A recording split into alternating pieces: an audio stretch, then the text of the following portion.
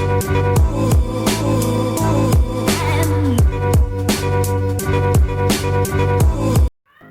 guys, welcome back to my YouTube channel. My name is Aggy and today we are going to be making this super soft layered chapati. I really do hope that you're going to try out this recipe.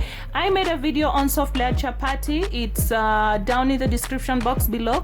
So I made that video, but apparently it was way too long, so I decided to make a shorter version, more straight to the point kind of video. So guys, if you haven't subscribed to my YouTube channel, kindly do subscribe so that you're able to refer to this recipe anytime you want to make soft layered chapati.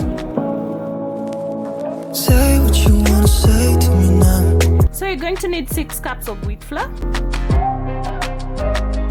1 tablespoon of salt, and 2.5 cups of hot water, but not too hot, some dusting flour, and cooking oil. So the first step is to mix in your salt and your water, and there are 2 things you have to know when you're doing this. Number 1, the water has to be hot enough, but not hot that will burn your fingers, and you have to put in enough salt that will come out of the dough. So it has to be slightly higher than the normal salt that you put in your food. So the next step is to mix your salty water and your flour, and then you're just going to knead, and kneading should probably take around 5 to 7 minutes. You really have to be a little bit patient. So I'm just going to knead this until I get a really nice soft dough.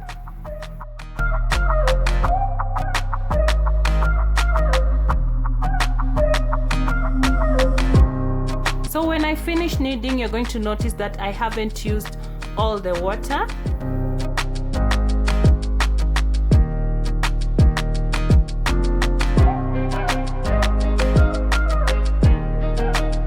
So the next thing I'm going to do is to add 3 tablespoons of cooking oil to my kneaded dough. And then I'm just going to continue kneading for about 3 to 4 minutes.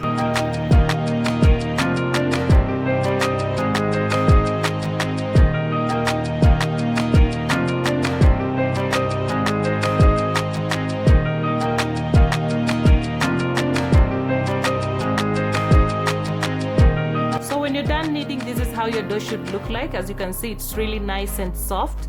And then I'm just gonna cover this for about 30 minutes and let the dough rest.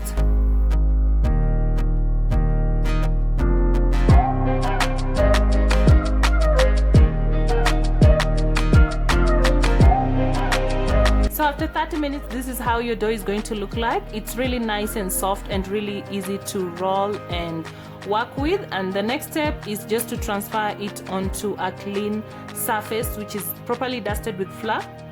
And then the next step is just to divide your dough into 9 to 10 pieces.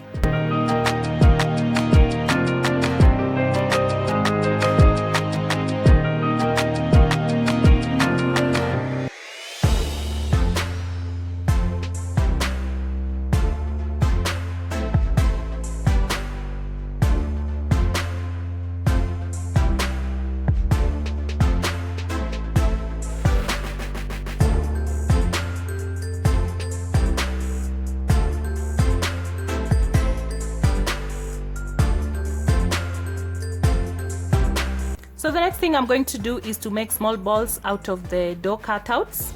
So the reason why I'm taking out part of the balls is because I feel like I want to make them a little bit equal. I know they cannot be like perfectly equal, but I'm just trying to make them to equal size. So that's why I'm taking out part of the balls that I feel like it's a little bit big. And also the reason why I'm shaping them up into these balls is because when you make them nice and round balls, they're really easy to roll.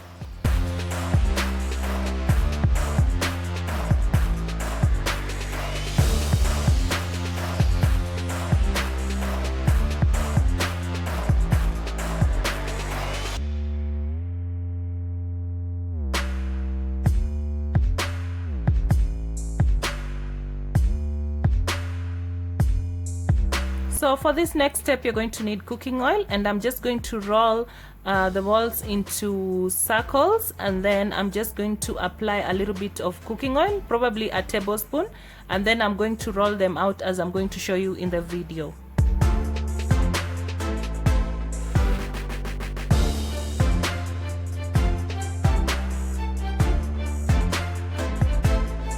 So this is how my mom taught me to roll them out. People have different ways of rolling them, but this is how I do them one by one. But there are people who just roll the whole dough and then they cut them out after applying oil. So I'm just going to repeat the same process with the rest of the dough cutouts.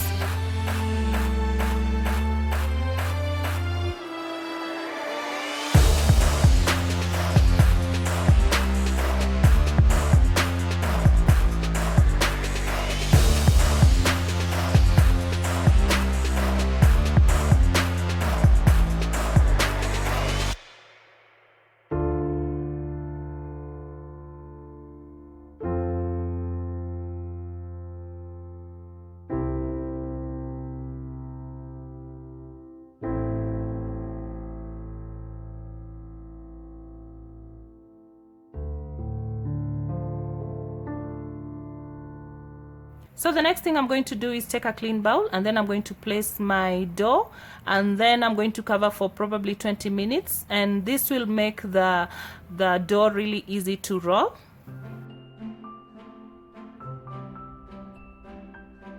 So after 20 minutes the dough has rested enough, and now I feel like they're easy to roll. So I'm going to show you how to roll them, and you shouldn't roll them too thick or too thin, but that really depends on whatever you want, because some people like thick chapati and some of people like thin ones. So you're going to roll them according to the size that you like. So I'm just going to repeat the same process with the rest of the dough, and usually when I'm making them at home I just roll and cook, but now I'm just going to roll them out and then place them somewhere, and then just when I start cooking I just cook one after the other. I think that way is a lot much easier.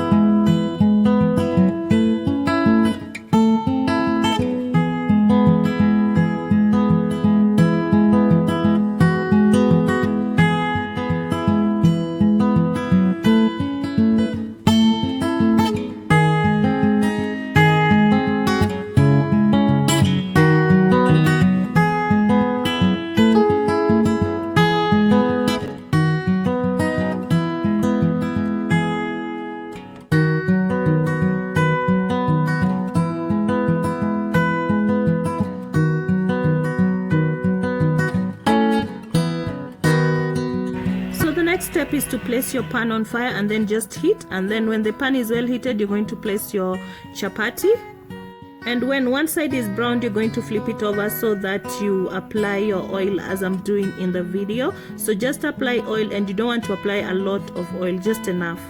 So when you've applied oil on both sides, the next thing is just to flip it over until you feel like your chapati is nicely cooked.